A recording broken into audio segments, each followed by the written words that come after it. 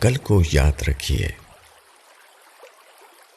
Lord Curzon 1898 میں ہندوستان کے viceroy ہو کر انگلستان سے یہاں آئے۔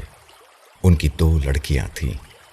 تیسری پیدائش کے وقت لارڈ کرزن اور لیڈی کرزن کی بہت خواہش تھی کہ ان کے یہاں لڑکا پیدا ہو۔ دونوں بڑی امیدوں کے ساتھ آنے والے وقت کا انتظار کر رہے تھے، مگر تیسری بار بھی مارچ 1904 میں ان کے یہاں لڑکی پیدا ہوئی۔ اس وقت ان کا قیام نالندرا میں تھا۔ اس مناسبت سے انہوں نے اپنی لڑکی کا نام الیگزینڈر نالندرا کرزن رکھا۔ لارڈ کرزن نے اس زمانے میں اپنی بیوی کے نام جو خط لکھے، ان میں سے ایک خط وہ ہے جو انہوں نے شملہ سے لندن بھیجا تھا۔ اس خط میں انہوں نے اپنی بیوی کو تسکین دلانے کی کوشش کی۔ ان کے خط کا ایک جملہ یہ تھا: لڑکا یا لڑکی کا کیا فائدہ جبکہ ہم دونوں اس دنیا سے جا چکے ہوں گے۔ لارڈ کرزن کا یہ جملہ محض اپنی مایوس نفسیات کو چھپانے کی ایک کوشش تھی، لیکن یہی بات اگر آدمی کے اندر شعوری طور پر پیدا ہو جائے تو دنیا کا آدھا مسئلہ حل ہو جائے۔ دولت، اولاد، اقتدار، یہی وہ چیزیں ہیں جن کو آدمی سب سے زیادہ چاہتا ہے اور ان کو حاصل کرنے کے لیے سب کچھ کر ڈالتا ہے۔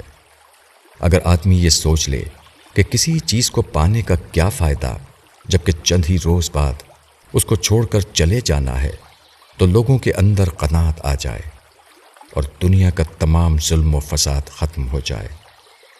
یہ ایک حقیقت ہے کہ یہاں پانے اور نہ پانے میں بہت زیادہ فرق نہیں۔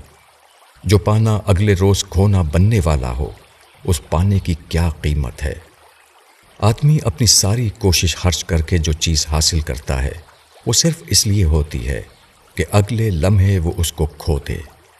ہر زندگی بالآخر موت سے دوچار ہونے والی ہے۔ ہر وہ محبوب چیز جس کو آدمی اپنے گرد و پیش جمع کرتا ہے، اس کو چھوڑ کر وہ اس دنیا سے ہمیشہ کے لیے چلا جانے والا ہے۔ آدمی آج میں جیتا ہے، وہ کل کو بالکل بھولا ہوا ہے۔